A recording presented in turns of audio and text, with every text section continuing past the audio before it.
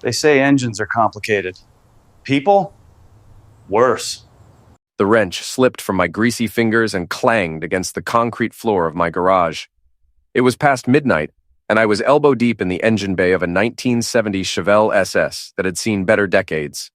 The fluorescent light above buzzed like an angry wasp, casting harsh shadows across the tools scattered on my workbench.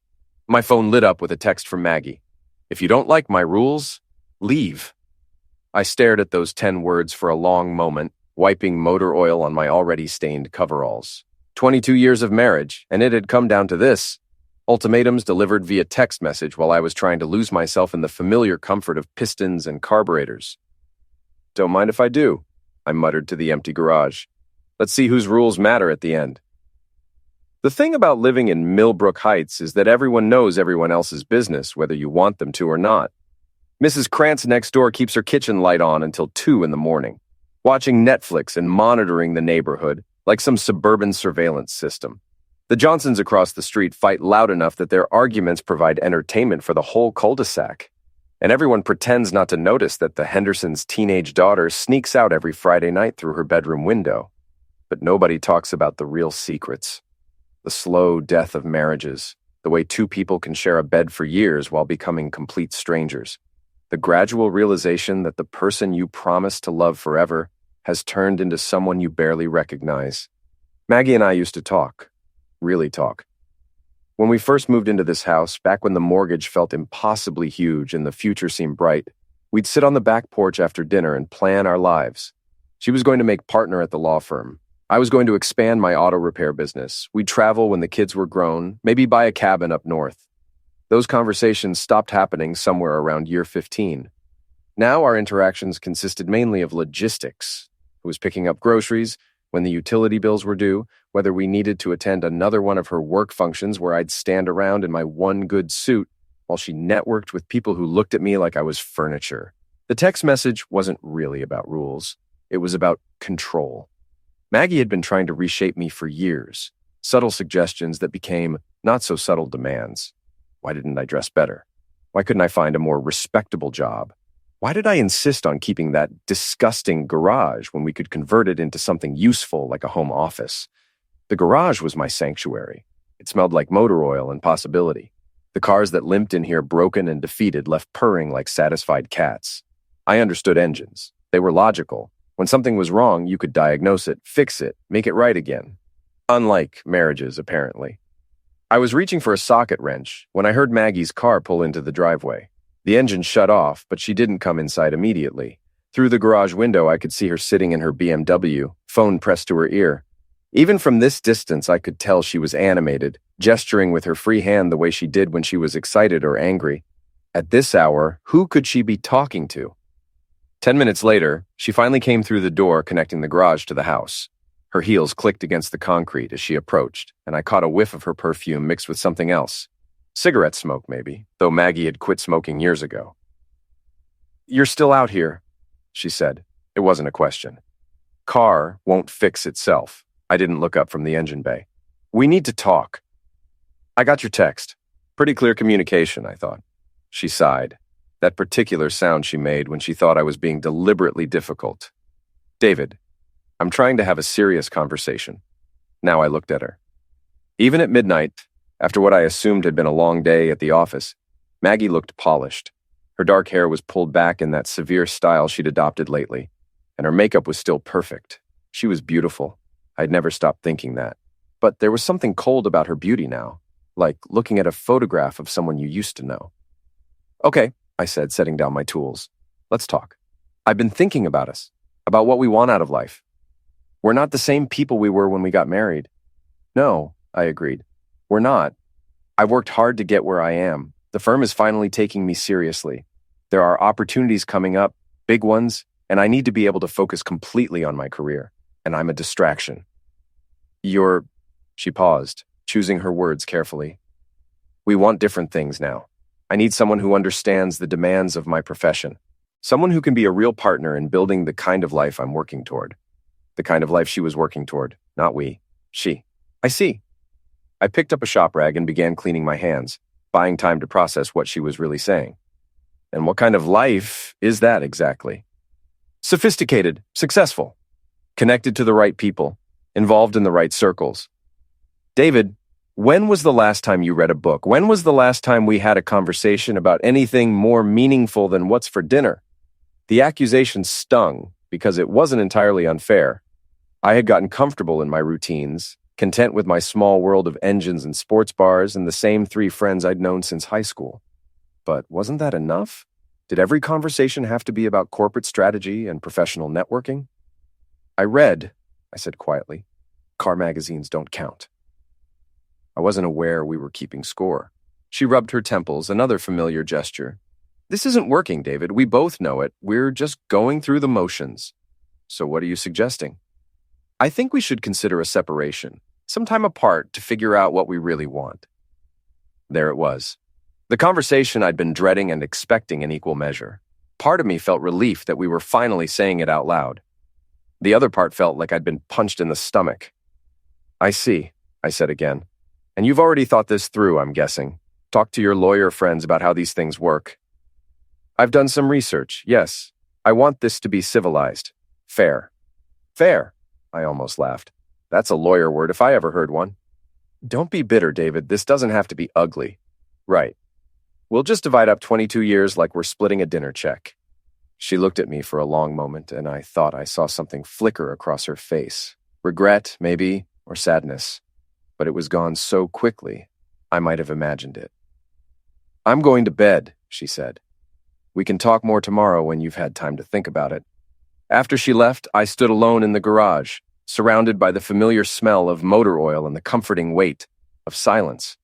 The Chevelle sat there with its hood open like a patient waiting for surgery, and I realized I envied it. At least when something was broken in an engine, you could see it clearly. You could fix it or replace it or rebuild it from scratch. But marriages weren't engines. You couldn't just swap out the faulty parts and expect everything to run smoothly again. I was putting away my tools when I remembered that Maggie had left her purse on the kitchen counter. She'd asked me to grab some cash for the pizza delivery guy tomorrow night. We were having the kids over for dinner, one of our monthly attempts to maintain the fiction that we were still a functional family. The purse sat there like a leather time bomb. I'd never been the snooping type, never felt the need to check up on her or invade her privacy. But something about tonight felt different. The cigarette smell, the late-night phone call, the way she delivered her separation speech like she'd been rehearsing it. I opened the purse and pulled out her wallet looking for some 20s. That's when I saw the hotel receipt, folded small and tucked behind her credit cards. The Marriott downtown. Last Tuesday night, $237. Tuesday night, she'd told me she was working late on a big case. My hands were shaking as I unfolded the paper. The receipt was for one night, King Suite, with room service charges that included 2 dinners and a bottle of champagne. The kind of champagne that cost more than I made in a day. I sat down heavily at the kitchen table, staring at the evidence of what I'd suspected but hadn't wanted to acknowledge. The late nights at the office, the new clothes, the expensive perfume, the way she'd started password protecting her phone and laptop, the sudden interest in improving me as if she were trying to justify something to herself. My phone was sitting on the counter, and I realized Maggie had left her iPad on the kitchen island, still logged into her iCloud account. Her text messages were syncing automatically. I shouldn't have looked. I knew that, even as I was reaching for the tablet. But the hotel receipt had opened a door I couldn't close, and I needed to know the truth. The messages were all there, a digital trail of betrayal stretching back months. The contact was listed as RH, but it didn't take long to figure out that was Richard Harrington, the senior partner at her law firm, the man who'd been her mentor, her champion for promotion, the married father of 3 who'd been to our house for dinner parties, who'd shaken my hand and complimented my grilling skills, while apparently planning to seduce my wife. Last night was incredible, read one message from 3 days ago. I can't stop thinking about you. Can't wait to see you again, was her response. Your place next time. Always. Margaret, you know how I feel about you. We're going to make this work. I know, just need to handle things with David first. He's not going to make this easy. He'll come around. Men like him always do. They take the path of least resistance. Men like him. I read that phrase 3 times, feeling my face flush with anger and humiliation. Men like him. Blue collar, simple, predictable. I scrolled through weeks of messages, each one a small knife twist. Plans for hotel meetings, discussions about their future together, complaints about me, about how I was holding her back, how she deserved better. The worst part wasn't the affair itself, though that cut deep enough. It was the casual dismissal, the assumption that I'd just roll over and accept whatever they decided was best, that I'd be grateful for whatever scraps they threw my way in the divorce settlement. I sat there for a long time, reading and rereading the messages until I had them memorized. Then I carefully placed the iPad back where I'd found it, returned the hotel receipt to Maggie's wallet, and walked back out to the garage. The Chevelle was still waiting, patient and broken and fixable. I picked up my wrench and got back to work, but my hands weren't steady anymore. The simple mechanical problems that usually calm my mind felt impossible to solve. Men like him always take the path of least resistance, I said aloud, testing how the words sounded in the empty garage. They sounded like a challenge. I didn't sleep that night. Instead, I sat in my garage until dawn, not working on the Chevelle, just thinking, planning. By the time the sun came up, I'd made several decisions that would have surprised Richard Harrington and his assessment of men like me. The first decision was simple. I wasn't going to confront Maggie directly. Not yet. She and her boyfriend expected me to be predictable, to follow the script they'd already written in their heads. Angry husband discovers affair, makes a scene, gets divorced, fades quietly into the background while they build their sophisticated new life together. But I'd never been much for following other people's scripts. The second decision was more complicated. I was going to make them both pay for their assumptions about who I was and what I'd tolerate. Not through violence. I wasn't that kind of man, despite what they apparently thought, but through the kind of methodical, patient approach I used when rebuilding an engine. You had to understand how all the parts worked together before you could figure out how to make them break down. At 7 a.m., I was sitting at the kitchen table with a cup of coffee when Maggie came downstairs, already dressed for work in one of her power suits. She looked surprised to see me there, probably expecting me to be hiding in the garage, licking my wounds. "You're up early," she said, pouring herself coffee. "Couldn't sleep, too much to think about." She sat down across from me and I studied her face, looking for signs of guilt or anxiety. But Maggie had always been good at compartmentalizing, at keeping her professional mask in place, even at home. "About last night," she began. "I've been thinking about what you said, about wanting different things. And I think you're right, we have grown apart. Maybe some time apart would be good for both of us." She blinked, clearly not expecting me to agree so readily. "Oh, well, I'm glad you're being reasonable about this. I'm always reasonable, Maggie. It's one of my best qualities." Something in my tone made her look at me more carefully, but I kept my expression neutral. Just a reasonable man having a reasonable conversation about the reasonable end of his marriage. "So what do you think the next steps should be?" she asked. "I'll talk to a lawyer this week, get some advice about how these things work." "That's probably smart. David, I want you to know that I don't want this to be adversarial. We can work something out that's fair to both of us. I'm sure we can." She finished her coffee and gathered her things for work. At the door, she paused and looked back at me. "Are you okay? You seem, I don't know, different." "Just tired. It's been a long night." After she left, I made my first phone call, not to a lawyer, but to my best friend Bob Kowalski, who owned the vintage car restoration shop where I spent most of my free time. Bob had been divorced twice and had strong opinions about how these things should be handled.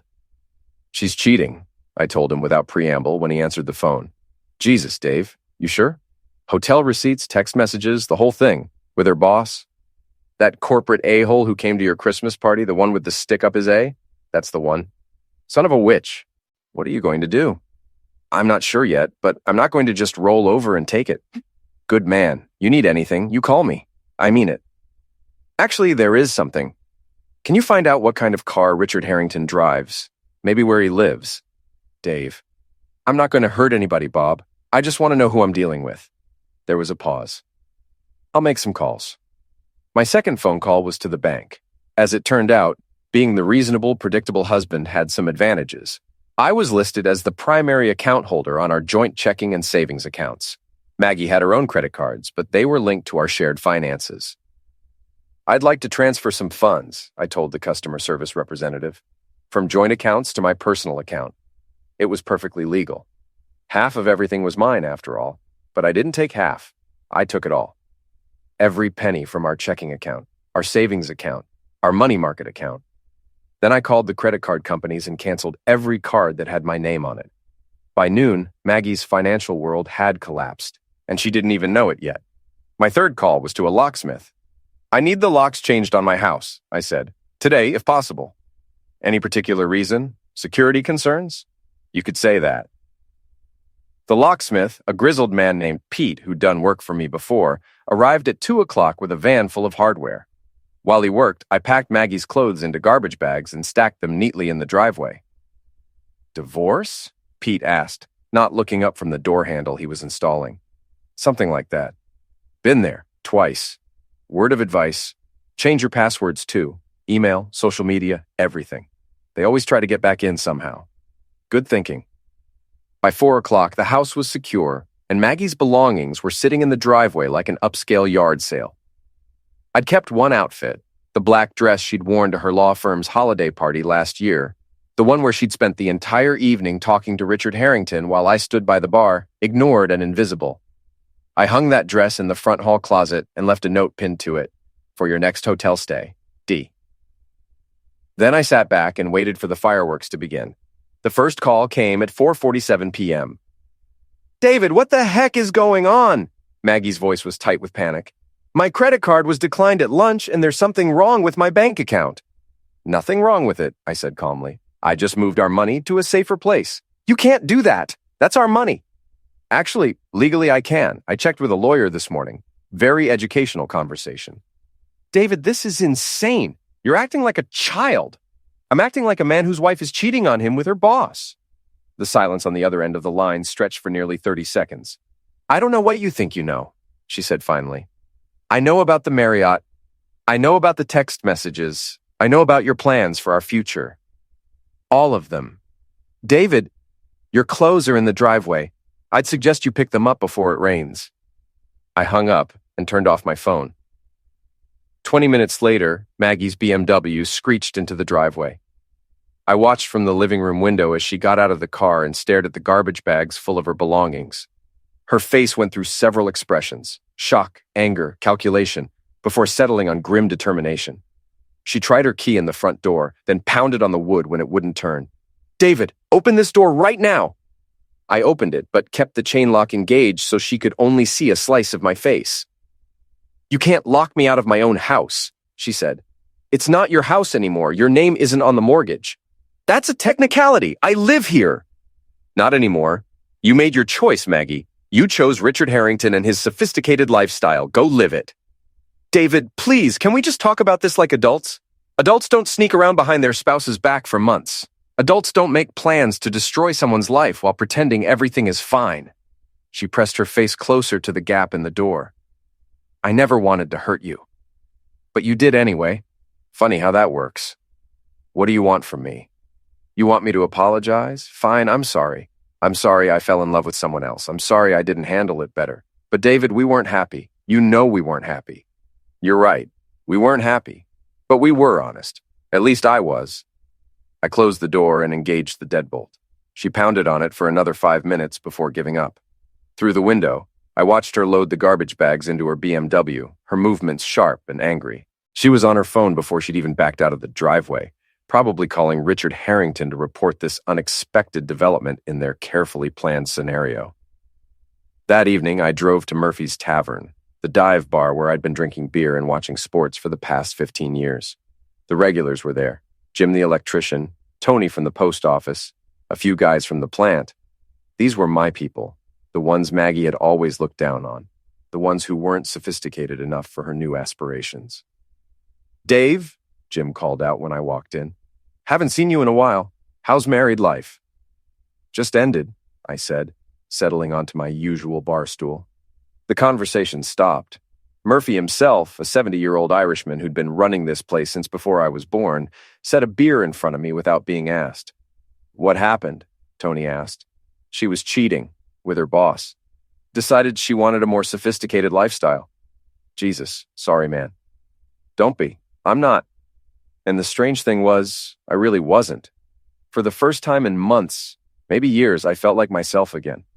Not the disappointing husband who couldn't live up to his wife's expectations, not the blue-collar embarrassment she had to explain to her professional friends. Just me. So, what's your next move? Jim asked.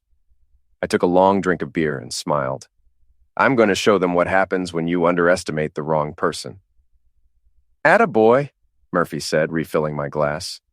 Sometimes you've got to remind people who they're dealing with. I stayed at the bar until closing time, not getting drunk, just thinking and planning. By the time I walked out into the cool night air, I had a pretty good idea of what came next. Richard Harrington and Maggie thought they knew me. They thought I was predictable, simple, the kind of man who would take the path of least resistance. They were about to learn how wrong they were. Bob called me at 8 the next morning with intelligence that would make a private investigator proud. Richard Harrington, he said without preamble.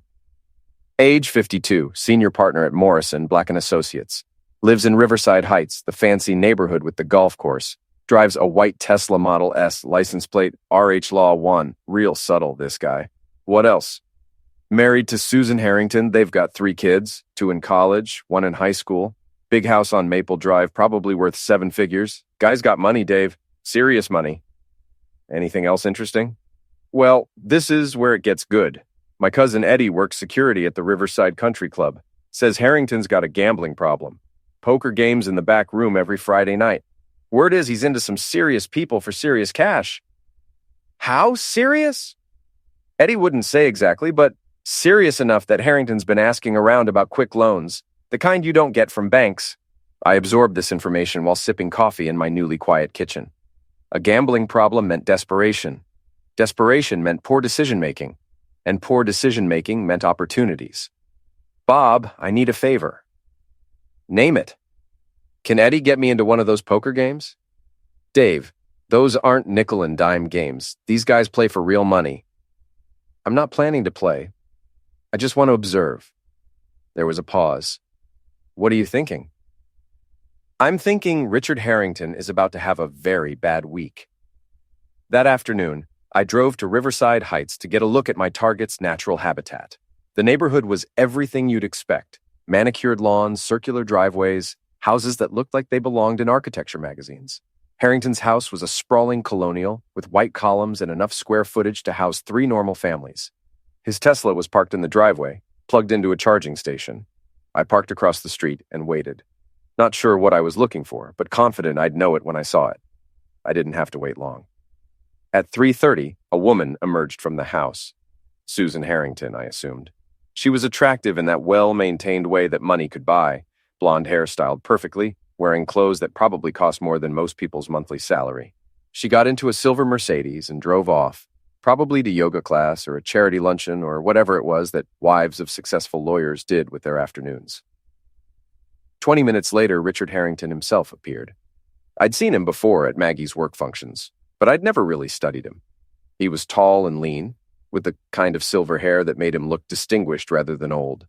His suit probably cost more than I made in a week, and he moved with the confidence of a man who'd never been told no about anything that mattered to him. He got into the Tesla and backed out of the driveway. I followed at a distance, curious about where he was going in the middle of a weekday afternoon. The answer turned out to be a downtown hotel, not the Marriott where he'd taken Maggie, but a smaller, more discreet place called the Riverside Inn.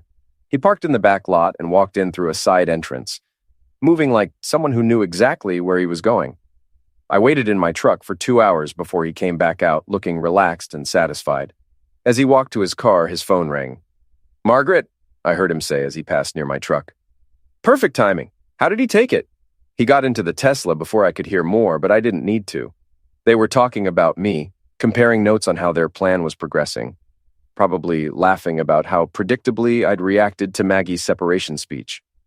I followed him back to his house, then drove home to prepare for phase 2 of my education in the sophisticated lifestyle. That evening, I put on my best clothes, khakis, and a button-down shirt that Maggie had bought me for Christmas, and drove to the Riverside Country Club. Eddie was working the door, a thick-set guy with intelligent eyes who looked like he could handle trouble without breaking a sweat. "You must be Dave," he said when I approached. "Bob told me you might be coming by. Is the game still on?" "Back room, like always. But Dave, these guys aren't messing around. The buy-in is $5,000, and that's just to get a seat." I'm not here to play, I just want to watch. Eddie studied my face for a moment, then nodded. Follow me. Keep quiet, don't stare, and if anybody asks, you're thinking about joining the club. The back room was thick with cigar smoke and tension. 6 men sat around a green felt table, chips and cards scattered in front of them. I recognized Richard Harrington immediately, sitting with his back to the wall, a pile of chips that looked smaller than everyone else's. Harrington's having a rough night, Eddie whispered. Down about 15 grand so far. I watched for an hour, learning the dynamics of the group. There was a real estate developer who seemed to own half the city, a restaurant owner with gold teeth and expensive jewelry, a quiet man in a corner who everyone deferred to despite his modest appearance. And there was Richard Harrington, sweating through his expensive shirt as his chip pile dwindled. I need to make a call, Harrington said finally, pushing back from the table. Clock's running, counselor, the quiet man said. His voice was soft, but there was something in it that made the temperature in the room drop a few degrees. Harrington stepped outside, and I could see him through the window, pacing back and forth as he talked on his phone. His body language screamed desperation. When he came back in, he had a different energy about him. Confident again, almost cocky. Gentlemen, he announced, I'd like to raise the stakes. The quiet man smiled, and it wasn't a pleasant expression. How much higher, counselor? 50,000. One hand, winner take all. The room went silent except for the hum of the air conditioning. You got 50,000 liquid? The real estate developer asked. I've got collateral. My law firm handles the Morrison account. That's worth millions in annual billing. I can guarantee the business stays with us for the next 5 years. That's not how collateral works, the restaurant owner said. It is tonight, Harrington replied, unless you're all afraid to play real poker. I watched this display of stupidity with fascination. This was the sophisticated man who was going to give Maggie the life she deserved, this desperate gambler who was betting his professional integrity on a card game. The hand lasted 15 minutes. When it was over, Richard Harrington had lost everything. His chips, his cash, and his promise to deliver the Morrison account to the quiet man's business interests. Pleasure doing business with you, counselor, the quiet man said as Harrington stumbled toward the door. I'll be in touch about that account transfer. I followed Harrington out to the parking lot, staying in the shadows as he sat in his Tesla with his head in his hands. His phone rang and I could hear his side of the conversation. Margaret, I can't talk right now. No, everything's not fine. Look, there might be a slight delay in our timeline. I said I can't talk about it over the phone. He hung up and sat there for another 10 minutes before driving away. I had what I needed. Richard Harrington wasn't the successful, sophisticated man he pretended to be. He was a desperate gambler who'd just promised away his law firm's biggest client to cover his debts, and now he was lying to Maggie about it. The next morning, I made 2 phone calls. The first was to Morrison Industries, asking to speak with their legal affairs department. I'm calling about your account with Morrison, Black & Associates, I told the woman who answered. I think there might be some irregularities you should be aware of. What kind of irregularities? The kind that involve your legal representation being used as collateral in illegal gambling operations. I'm going to need you to hold while I transfer you to our general counsel. The second call was to Maggie. David? She sounded surprised to hear from me. Look, about yesterday. I'm not calling about yesterday. I'm calling about your boyfriend's gambling problem. Silence. Richard doesn't gamble. Richard lost $65,000 last night in a poker game. He also promised to deliver the Morrison account to some very interesting people to cover his debts. That's impossible. Is it?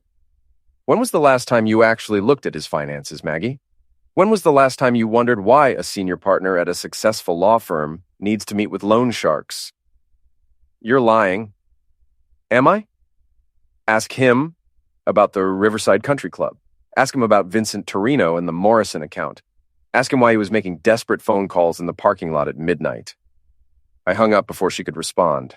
An hour later, my phone rang. It was a number I didn't recognize. This is Richard Harrington, the voice said. It was trying to sound authoritative, but I could hear the strain underneath. I think we need to talk. Do we? You're playing a dangerous game, David. You don't understand the kind of people you're dealing with. I understand perfectly. I'm dealing with a cheating wife and her desperate boyfriend, who's about to lose everything because he can't control himself at a poker table. Margaret told me what you said. You're wrong about the gambling. Am I wrong about the Morrison account, too? Because I had a very interesting conversation with their general counsel this morning. The silence stretched so long, I thought he might have hung up. What do you want? He said finally. I want you to understand something, Richard. You and Maggie thought you had me figured out. Predictable old Dave. He'll take the path of least resistance. Well, you were wrong. I don't take the path of least resistance. I remove the obstacles. Are you threatening me? I'm educating you. See, the thing about sophisticated people is they think they're smarter than everyone else. But smart people don't bet their professional reputation on a pair of jacks. Smart people don't promise what they can't deliver to men like Vincent Torino. How do you... I know lots of things, Richard. I know about your other debts. I know about the second mortgage on your house that your wife doesn't know about. I know about the loan you took against your partnership in the firm. Should I keep going? What do you want? He repeated, but his voice was smaller now. I want you to stay away from my wife. Your wife? David, she's the one who came to me. She's the one who wants out of your marriage. Then let her get out of it honestly. End the affair, Richard. Walk away clean. And maybe I'll forget about your gambling problem. And if I don't, then Vincent Torino is going to be very disappointed when the Morrison account doesn't transfer to his shell company. And disappointed men like Vincent tend to express their feelings in physical ways. I hung up and smiled. Richard Harrington was about to discover that sometimes the path of least resistance led straight off a cliff. But I wasn't done yet. Not even close. The call came at 6 a.m. 3 days later. It was Bob, and he sounded wide awake despite the early hour. Dave, you need to get down here, now. What's wrong? Just get to the shop and bring a camera.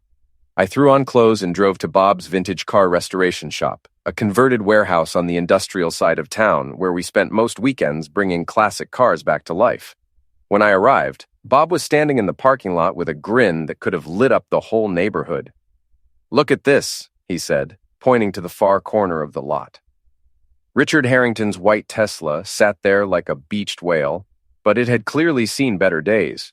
All 4 tires were flat, the windshield was spider-webbed with cracks, and someone had used what looked like a crowbar to redecorate the paint job.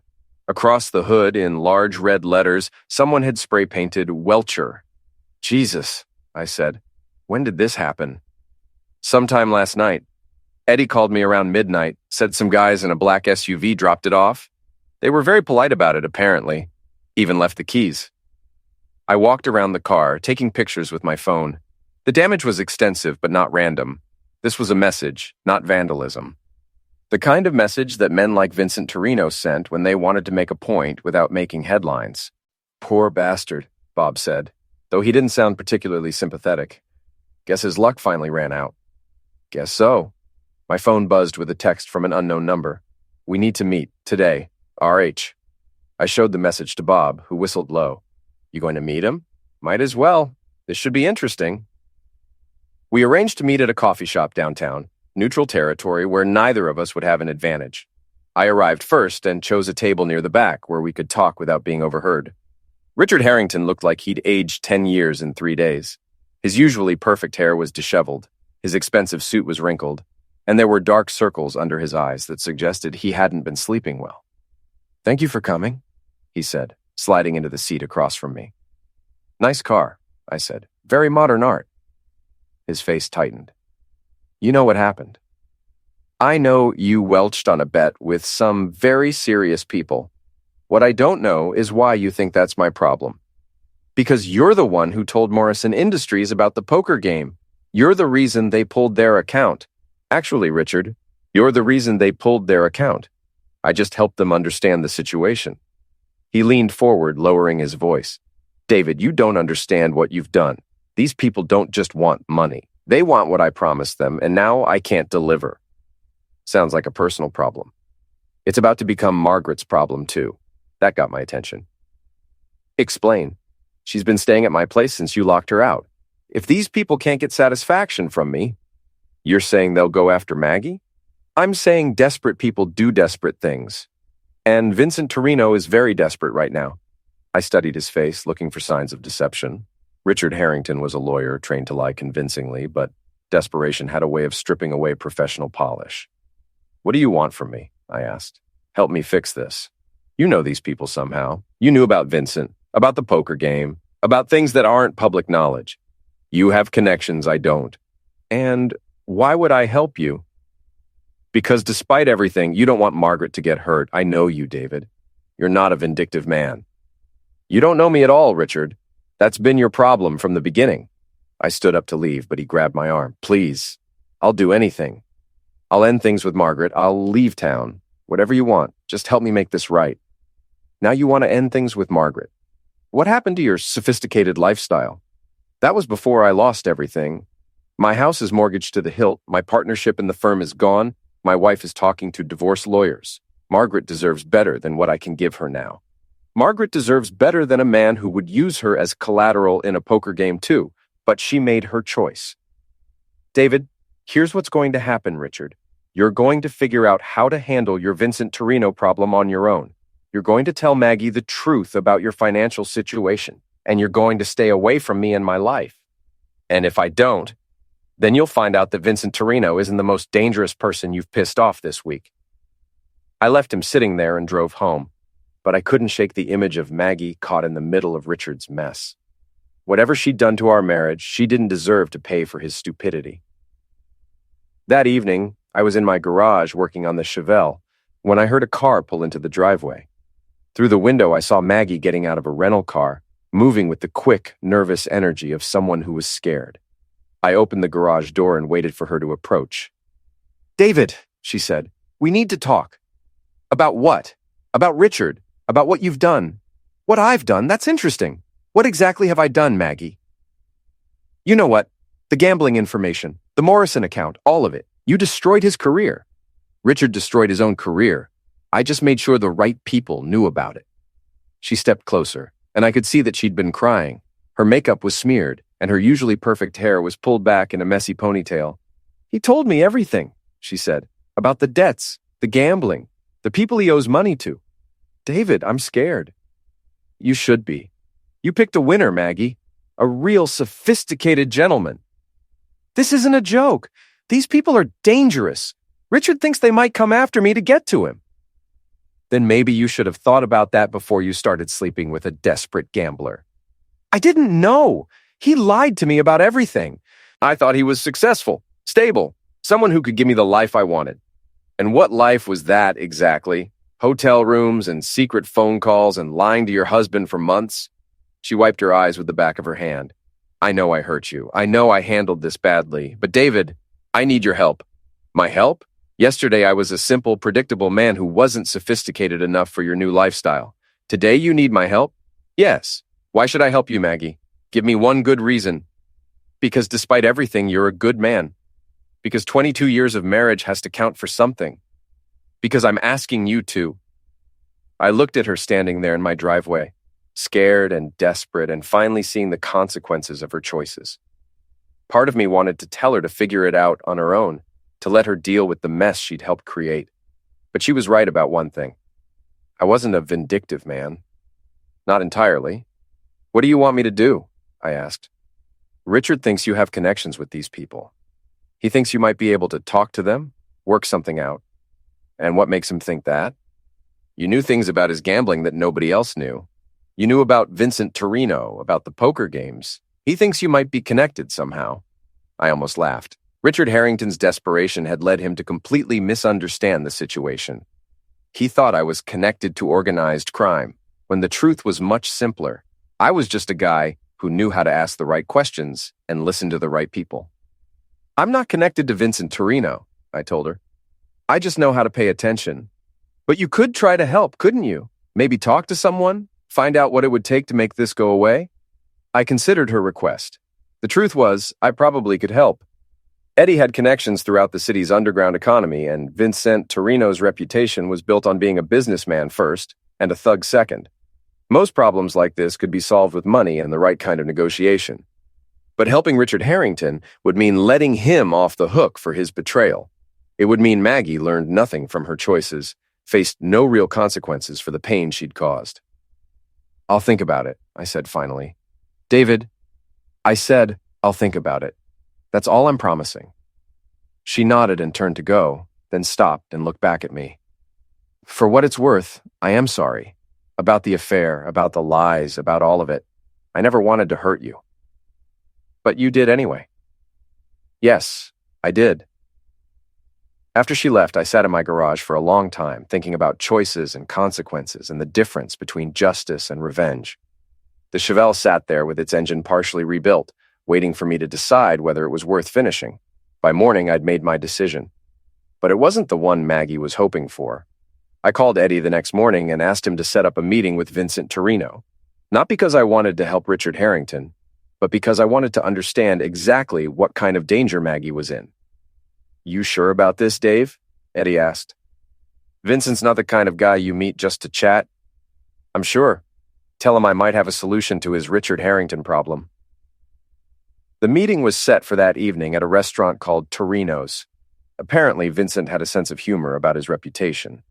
It was the kind of place that served excellent Italian food to people who didn't ask too many questions about the owner's other business interests. Vincent Torino turned out to be nothing like what I'd expected. Instead of the stereotypical movie mobster, he was a small, neat man in his 60s who looked like he could have been an accountant or a college professor. He wore a simple gray suit and spoke in a soft voice that made you lean in to hear him clearly. Mr. Kowalski tells me you might be able to help with our mutual friend's situation, he said after we'd ordered dinner. That depends on what kind of help you're looking for. I'm a businessman, Mr. David. I make agreements with people, and I expect those agreements to be honored. Mr. Harrington made me certain promises, and now he claims he can't keep them. What kind of promises? The Morrison Industries account was going to be transferred to my legal representation. That account is worth considerable money over time. Mr. Harrington's inability to deliver has cost me that income. How much income? Vincent smiled, and I understood why people were afraid of him. Over 5 years, perhaps $2 million. I whistled low. That's a lot of money. Indeed. Now, Mr. Harrington seems to think I'm going to accept his apologies and walk away from this debt. But that would be bad for business. People need to understand that agreements with me are binding. What did you have in mind? Mr. Harrington has a lovely home in Riverside Heights. He has a wife with expensive tastes. He has children in college. I'm sure we can work out an arrangement that satisfies everyone. The threat was delivered in the same soft, reasonable tone he'd used to discuss the weather, but the message was clear. Vincent Torino was going to collect his $2 million one way or another.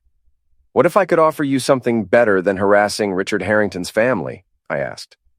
I'm listening. What if I could give you the Morrison account directly? Vincent set down his fork and looked at me with new interest. Explain. I know someone at Morrison Industries. Someone with the authority to decide who handles their legal work. Someone who might be very interested in learning about Vincent Torino's business philosophy. And why would you do this for me? What's your interest in Mr. Harrington's problems? Let's just say Richard and I have some unfinished business, but I don't want innocent people to get hurt in the process. Vincent nodded slowly. You're talking about the wife. I'm talking about everyone who doesn't deserve to pay for Richard's mistakes. And what would you want in return for this introduction? I want your word that Richard Harrington's family will be left alone. Whatever happens to him is his own business, but his wife and kids don't deserve to suffer for his stupidity. And Mr. Harrington himself? He's your problem to solve, but I'd prefer it if the solution didn't involve anything that would make the evening news. Vincent smiled again, and this time it looked almost genuine. You're an interesting man, Mr. David. Most people in your situation would be looking for revenge. Who says I'm not? We shook hands over dessert, and I left the restaurant feeling like I'd just made a deal with the devil. But it was the right deal. Maggie would be safe, and Richard Harrington would face the consequences of his choices without dragging innocent people down with him. The next morning, I called Morrison Industries again and asked to speak with their general counsel. This is about the Richard Harrington situation, I told her. I think I might have a solution that would work for everyone. I'm listening. There's a local firm that specializes in the kind of discreet, efficient legal work that a company like Morrison needs. The owner is a businessman who understands the value of long-term relationships. What's the name of the firm? Torino and Associates. I can arrange an introduction if you're interested. There was a pause. I'll look into them and get back to you. 3 days later, the local newspaper ran a small item in the business section. Morrison Industries announces new legal representation. Vincent Torino had gotten his $2 million account, and Richard Harrington had lost the last piece of his professional reputation. That evening, Maggie called me. "Richard's leaving town," she said without preamble. "He says the situation with his gambling debts has been resolved, but he thinks it's better if he starts over somewhere else. Probably smart." "David, did you have something to do with this?" "I had a conversation with some people, made sure everyone understood the situation." "Thank you." "Don't thank me, Maggie. I didn't do it for Richard. I know." There was a long pause. "So, what happens now?" she asked. "Now you figure out what you really want out of life, without Richard Harrington and without me." "David, you made your choice, Maggie. You chose sophistication over honesty, excitement over stability. You chose a man who was willing to gamble away his family's security for the thrill of a card game. Those were your choices. I made a mistake. You made a lot of mistakes. The affair was just one of them. Can we try again? Can we work this out?" I looked around my quiet house at the life I'd built over 22 years of marriage. The photos on the walls, the furniture we'd picked out together, the memories embedded in every room. It would be easy to say yes, to pretend the last few months had never happened. But some things, once broken, couldn't be fixed, not even by someone who understood engines. "No, Maggie, we can't." "Why not?" "Because I don't trust you anymore, and because you don't respect me." "You never did. Not really. You just tolerated me until something better came along." "That's not true." "Isn't it? When was the last time you were proud to be married to me? When was the last time you introduced me to your friends without apologizing for what I do for a living?" She didn't answer because we both knew the truth. "I'll have my lawyer contact yours about the divorce," I said. "We'll keep it simple and fair." "David, goodbye, Maggie." I hung up and walked out to my garage, where the Chevelle was waiting for me. Over the past few weeks, while my marriage was falling apart and my life was being turned upside down, I'd somehow managed to finish rebuilding the engine. All that remained was to see if it would run. I turned the key, and the engine roared to life, smooth and powerful and perfect.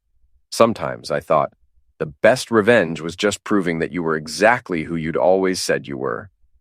6 months later, I was sitting in Murphy's Tavern when Jim, the electrician, came in with news.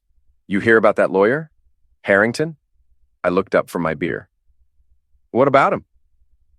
"Found out he's working at some legal aid office in Oregon now, making about 30 grand a year helping poor people with their problems." "Rough fall," Tony said. "Yeah, well," Jim replied, "sometimes you get what you deserve." I raised my glass in a silent toast to the truth of that statement. Richard Harrington had learned that actions have consequences. Maggie had learned that sophisticated men weren't always what they seemed to be. And I had learned that sometimes the path of most resistance was exactly where you needed to go. The Chevelle was parked outside, running like a dream and turning heads wherever I drove it. I'd started dating a woman named Carol, who worked at the library, and thought my stories about rebuilding engines were fascinating rather than boring. Life was good, but the best part was the knowledge that I'd faced the worst betrayal of my life and come out stronger. I'd been tested and I hadn't broken. I'd been underestimated and I'd proven everyone wrong. Sometimes that's the only revenge you need.